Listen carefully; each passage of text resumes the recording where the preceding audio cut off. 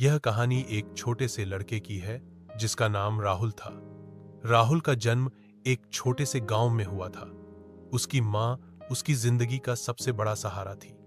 मगर एक दिन एक हादसे में उसकी मां का निधन हो गया। राहुल का दिल टूट गया था क्योंकि उसकी मां ही उसकी दुनिया थी। राहुल का पिता बहुत पहले ही उसे छोड़कर जा चुका था और अब वह अकेला था।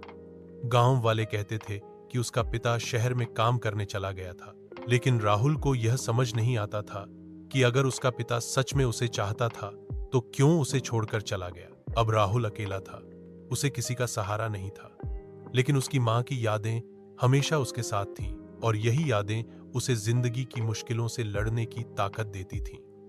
राहुल ने ठान लिया कि वह कभी हार नहीं मानेगा। राहुल ने पढ़ाई छोड़ने का नाम नहीं लिया। हालांकि उसके पास पैसे नहीं थे, लेकिन उसने अपनी मेहनत से सब कुछ हासिल करने का निर्णय लिया। वह दिन रात मजदूरी करता था, कभी खेतों में काम करता, कभी दुकानों पर सामान उठाता और फिर किसी तरह से जो पैसे मिलते उन पैसों से अपनी किताबें और स्कूल के लिए जरूरी सामान खरीदता। राहुल की मेहनत रंग लाई।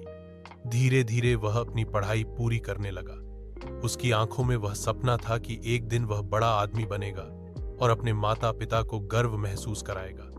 वह जानता था कि जीवन में मुश्किलें आएंगी, लेकिन अगर मेहनत से आगे बढ़े तो कोई भी मुश्किल उसे रोक नहीं सकती। गांव के लोग उसकी मेहनत और जज्बे को देखकर हैरान थे। लोग कहते थे, यह लड़का कभी नहीं रुकेगा, इसका हौसला बहुत मजबूत है। राहुल भी कभी नहीं रुकने वाला था, क्योंकि उसे मालूम था कि उसके सपने सिर्फ उसकी मेहनत और कड़ी लगन से ही पूरे हो सकते हैं। इस